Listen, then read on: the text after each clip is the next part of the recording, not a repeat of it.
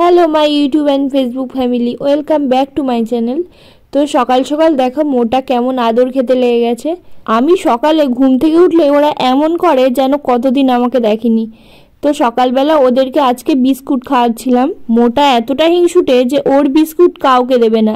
ও 4-5টা biscuit একাই খেয়ে নিল, কালুকে কিছুতেই দিল না, ধারে কাছেই আসতে দিল না আমার। ওদের যেহেতু ভ্যাকসিনেশন করা নেই, ওরা ধারে কাছে একটু আসলেই আমার ভয় লাগে যদি আঁচড় লেগে যায়, কারণ এই বছরের প্রথম দিকে এই জন্য আমাকে কিন্তু ভ্যাকসিন নিতে হয়েছে।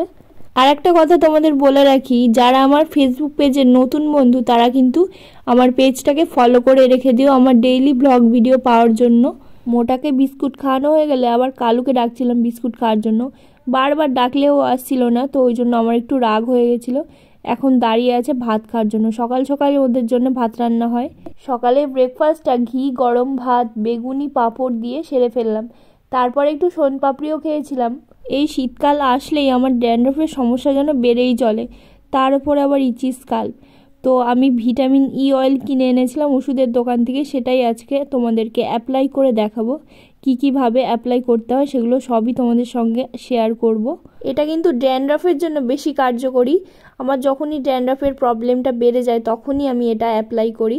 আর যাদের হেয়ার ড্রাই হয়ে গেছে, হেয়ার গ্রোথ হচ্ছে না, তারাও কিন্তু এটা ব্যবহার করতে পারে। তোমরা কিন্তু খুব উপকার পাবে।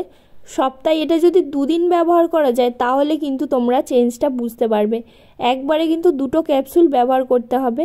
ভালো করে তোমাদেরকে ক্যাপসুলটা দেখিয়ে নিই। তারপরে মিশিয়ে নিলাম এর সাথে coconut oil. Extra virgin coconut oil যদি হয় তাহলে কিন্তু খুবই ভালো হয়।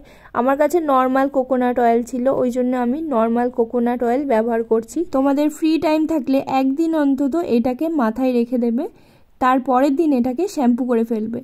পুরো প্রসেসটা তোমাদেরকে বলে দিলাম। আর কিছু জানার থাকলে আমাকে বলো। আমি যখনই এটা মাথায় দিই আমি অন্তত 1-2 দিন এটাকে মাথাতেই রেখে দিই, যাতে ভালো করে কাজ হয়।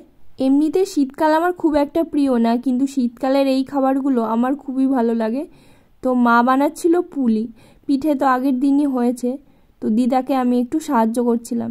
আগে যখন ছোটোবেলায় পুলি বানাতাম দিদাকে খুব নকল করতাম, পুলিটা যাতে দিদার মতো বানাতে পারি। তো দিদা আবার দিদার শাশুড়ির গল্প করছিল যে দিদার শাশুড়ি নাকি আরও ভালো পুলি বানাতো। আমার একটা পুলি বানাতে যা টাইম লাগলো দিদার 10টা পুলি বানানো হয়েই গেছে তখন। তো তাহলে ভাবতেই পারছো কেমন এক্সপার্ট দিদা, কত পুলি বানিয়েছে লাইফে। পুলি বানানো মোটামুটি কমপ্লিট হয়েছিল। কেমন হয়েছিল বলো কিন্তু। তারপর দুধটা গরম করে মা পুলিগুলো দুধের মধ্যে ছেড়ে দিল।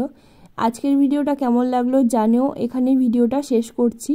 ভালো লাগলে ভিডিওটা কিন্তু লাইক করে দিও। তোমাদের সঙ্গে আবার দেখা হচ্ছে নেক্সট ব্লগে। বাই।